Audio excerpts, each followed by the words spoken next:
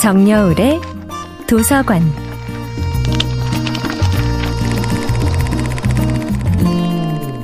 안녕하세요. 여러분과 아름답고 풍요로운 책 이야기를 함께하고 있는 작가 정여울입니다. 이번 주에 함께할 작품은 황정은의 소설 백의 그림자입니다.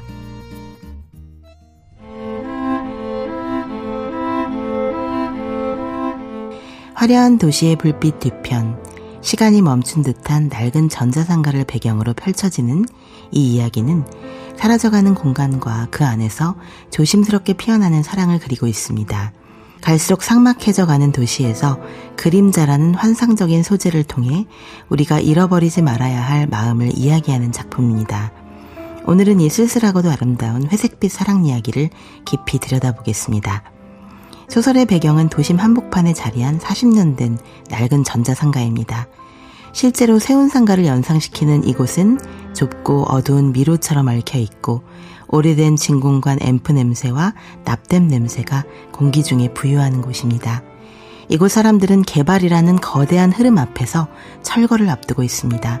누군가는 이곳을 흉물이라 부르고 누군가는 슬럼이라 부르며 지워버리려 하지만 소설 속 인물들에게 이곳은 삶의 터전이자 매일의 밥을 버는 신성한 공간입니다. 주인공 은교와 무제는 이곳에서 일합니다. 은교는 음향기기 수리점에서 접수를 돕고 무제는 변압기를 만듭니다. 두 사람은 성실하게 일하며 하루하루를 살아내지만 그들의 일상은 늘 불안이라는 바닥 위에 서 있습니다. 작가는 이 낡은 상가를 단순히 배경으로만 쓰지 않고 마치 하나의 살아있는 생명체처럼 묘사합니다. 철거를 앞둔 건물의 스산함은 그곳에 깃들어 사는 사람들의 마음과 닮아 있습니다. 소설의 배경이 되는 전자상가는 외부인들에게는 슬럼이라고 불립니다. 무제 씨는 그 단어에 대해 깊이 고민합니다. 가난하다는 것과 슬럼이라는 것은 다르다고요. 사람마다 모두 다르게 생긴 가마를 그저 편리하게 가마라고 통칭하는 것이 폭력인 것처럼 누군가의 소중한 삶터를 함부로 슬럼이라 규정하고 지워버리려는 시선에 대해 무제 씨는 조용히 그러나 단단하게 저항합니다. 이 소설은 폭력적인 도시개발과 철거라는 비정한 현실을 배경으로 하고 있습니다. 그러나 그 속에서 살아가는 은교와 무제 그리고 오무사 사람들은 놀라울 정도로 선량하고 따뜻합니다. 현실은 차갑고 잔혹하지만 그 안에 사람들은 서로에게 밥을 먹이고 온기를 나누며 끝까지 인간다움을 잃지 않기 때문입니다. 정여울의 도서관이었습니다.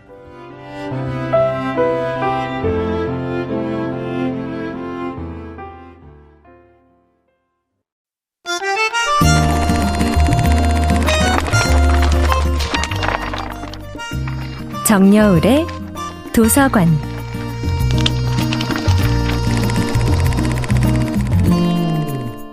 안녕하세요. 여러분과 아름답고 풍요로운 책 이야기를 함께하고 있는 작가 정여울입니다. 이번 주에 함께할 작품은 황정은의 소설 백의 그림자입니다.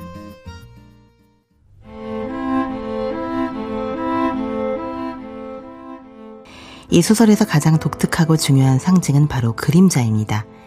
소설 속 인물들은 감당하기 힘든 절망이나 무력감을 느낄 때 그림자가 일어서는 기이한 경험을 합니다. 보통 그림자는 바닥에 납작하게 붙어 주인을 따라다니는 존재지만 이곳의 그림자는 주인이 삶의 무게를 견디지 못할 때 슬그머니 몸을 일으켜 주인에게 말을 겁니다. 나를 따라오라고, 편안한 곳으로 가자고 유혹합니다. 그림자가 일어섰다고 고백을 하면 소설 속 인물들은 하나같이 경고합니다. 결코 그림자를 따라가서는 안 된다고. 하지만 그림자는 끊임없이 일어나고 주인공들은 자꾸만 그림자를 따라가고 싶습니다. 이곳의 삶이 너무 각박하고 힘겨울 때마다 무작정 그림자를 따라 지금 이 세상이 아닌 다른 차원의 세상으로 넘어가고 싶어집니다. 그곳이 어떤 곳인지도 모르는 채로 작가는 이 절망적인 순간들조차 아름답게 그립니다. 작가는 인터뷰에서 절망스럽고 무력할 때 그림자가 일어서야 한다고 생각했다고 말합니다. 이는 죽음의 유혹일 수도 있고 현실에서 도피하고 싶은 간절한 욕망일 수도 있습니다. 소설 속의 칠성씨나 여시 아저씨처럼 빚에 쫓기거나 사랑하는 이를 잃은 사람들 곁에서 그림자는 더 짙고 길게 자라납니다. 은교 역시 어느 날 숲에서 자신의 그림자가 일어서는 것을 목격합니다. 그림자가 일어선다는 것은 그 사람이 지금 마음의 가장자리, 위태로운 벼랑 끝에 서 있다는 신호인 셈입니다. 소설 속에서 그림자라는 것은 고단한 삶을 견디다 못한 영혼의 일부이자 분리된 자아입니다. 주인공 무제는 은교에게 이렇게 말합니다. 그림자가 일어서면 그것을 따라가선 안 된다고 말이지요. 그림자가 일어서서 당신에게 말을 걸어올 때 덤덤히 그 사실을 받아들이되 결코 그 어둠에 먹혀서는 안 된다는 경고이자 위로입니다. 마치 한편의 환상 동화처럼 이 소설은 우리에게 위안을 줍니다. 비록 현실의 논리로는 막을 수 없는 철거 앞에서도 사랑은 가능하고 연대는 따뜻할 수 있다는 희망을 보여주니까요. 그림자가 일어선다는 상징은 삶의 터전을 빼앗길 위기에 놓인 사람들이 그 힘든 상황 속에서도 꿋꿋하게 인간의 존엄을 지키는 저항의 방식이 아닐까요? 정여울의 도서관이었습니다.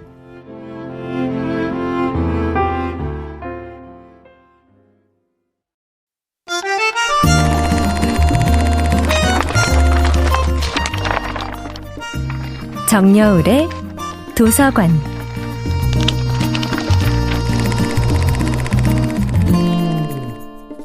안녕하세요. 여러분과 아름답고 풍요로운 책 이야기를 함께하고 있는 작가 정여울입니다.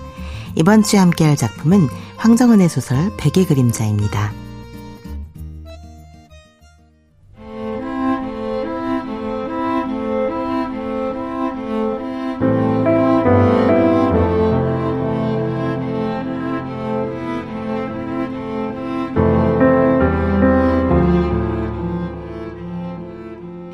저는 이 소설을 지탱하는 따스함, 무제와 은교의 조심스러운 사랑 이야기가 참 좋습니다.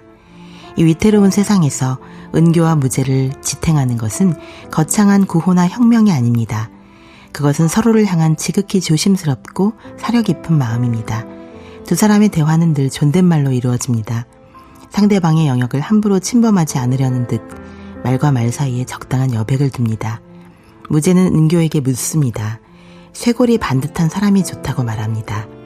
은교가 자신은 쇄골이 반듯하지 않다고 대답하자 무제는 반듯하지 않아도 좋으니까 좋은 거라고 말합니다. 이 덤덤하고 엉뚱한 고백은 그 어떤 화려한 수사보다 깊은 울림을 줍니다. 당신이 어떤 모습이든 그저 당신이라는 존재 자체로 좋다는 뜻이기 때문입니다. 이들의 사랑은 폭력적인 세상에 맞서는 가장 부드러운 저항입니다.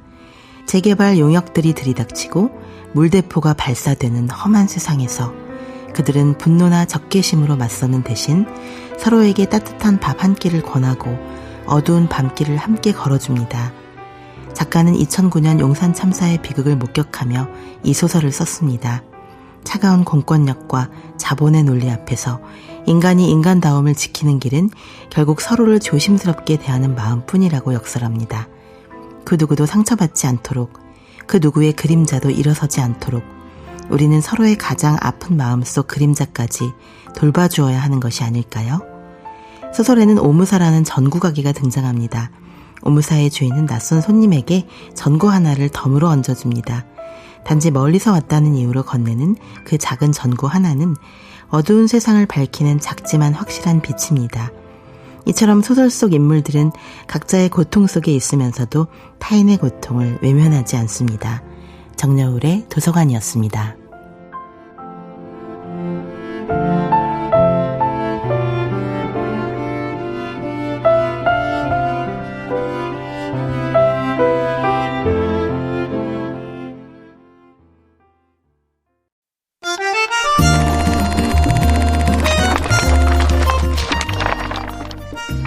정여울의 도서관.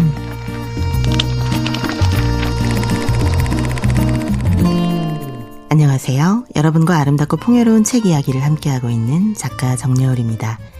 이번 주에 함께할 작품은 황정은의 소설 백의 그림자입니다.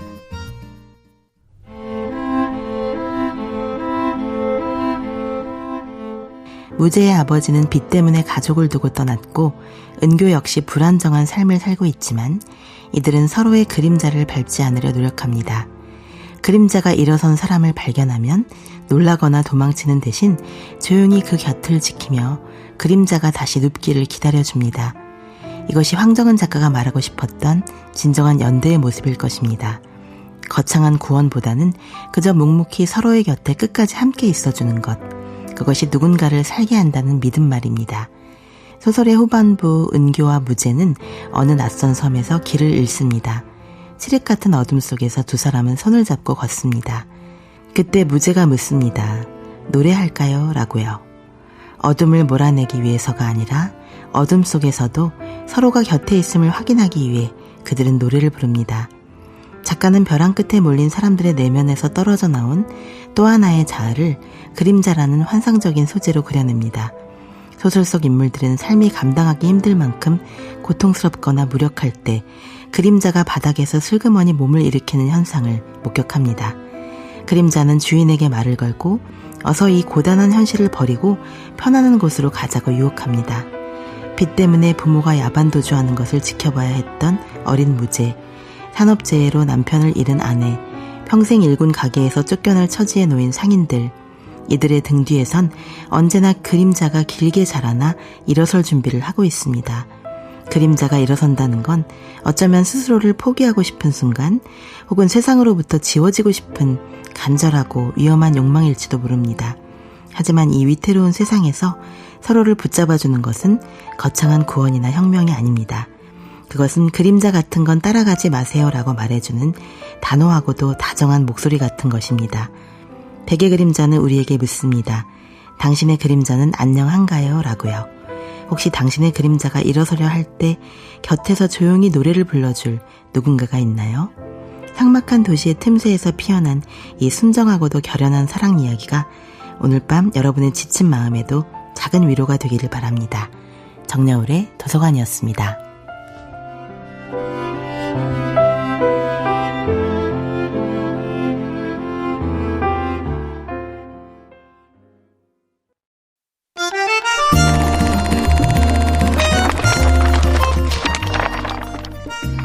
정여울의 도서관.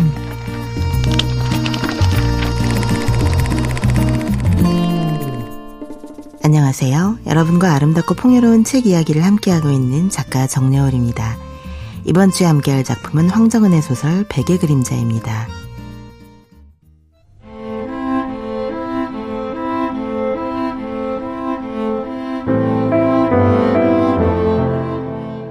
(1970년대) 이후로 한 번도 손을 본 적 없는 듯한 낡고 어두운 전구 가게 오무사의 주인 할아버지는 무제씨가 전구를 사러 갔을 때 전구 하나를 덤으로 얹어줍니다. 이곳이 멀어서 손님이 다시 오가기 힘들까봐, 혹시라도 가는 길에 깨질까봐 하나를 더 챙겨주는 것입니다. 무제씨는 그 배려 앞에서 순정하게 마음이 흔들렸다고 고백합니다. 효율과 이익만을 따지는 세상에서 타인의 수고로움을 미리 헤아려주는 이 덤 같은 마음이야말로 우리가 잃어버리지 말아야 할 인간다움이 아닐까요? 무제씨는 결국 빚을 남기고 떠난 아버지를 대신해 빚을 갚으며 살아가야 하고 재개발은 멈추지 않습니다. 은교씨와 무제씨가 어느 낯선 섬에서 길을 잃었을 때 어둠은 칠흑처럼 두 사람을 감쌉니다. 그때 무제씨가 제안합니다. 노래할까요? 두 사람은 어둠 속에서 하얀 눈 위에 구두 발자국이라는 노래를 부릅니다. 무제씨는 목이 맨다고 하면서도 외로운 산길에 구두 발자국 하며 끝까지 노래를 마칩니다. 어둠을 물리칠 수 있어서가 아니라 노래를 부르는 동안만큼은 서로가 곁에 있음을, 우리가 아직 그림자에게 먹히지 않았음을 확인하기 위해서입니다. 무서운 그림자가 덮쳐오는 순간 우리가 할 수 있는 가장 아름다운 저항은 누군가의 손을 잡고 함께 노래하는 것일지도 모릅니다. 백의 그림자는 우리에게 묻습니다. 당신의 그림자는 안녕한가요? 혹시 삶의 무게에 눌려 그림자가 일어서려 할 때 따라가지 마세요라고 말해줄 누군가가 곁에 있나요? 아니면 당신이 누군가에게 그런 사람이 되어주고 있나요? 삭막한 도시의 틈새, 건물과 건물 사이의 좁은 틈에서도 사랑은 자라나고 전구 하나를 더 얹어주는 따뜻한 마음은 빛을 발합니다. 오늘 밤 어두운 숲길을 걷고 있을지도 모를 당신에게 무제씨의 목소리를 빌려 전하고 싶습니다. 그림자 같은 건 따라가지 마세요. 그리고 우리 노래할까요? 정여울의 도서관이었습니다.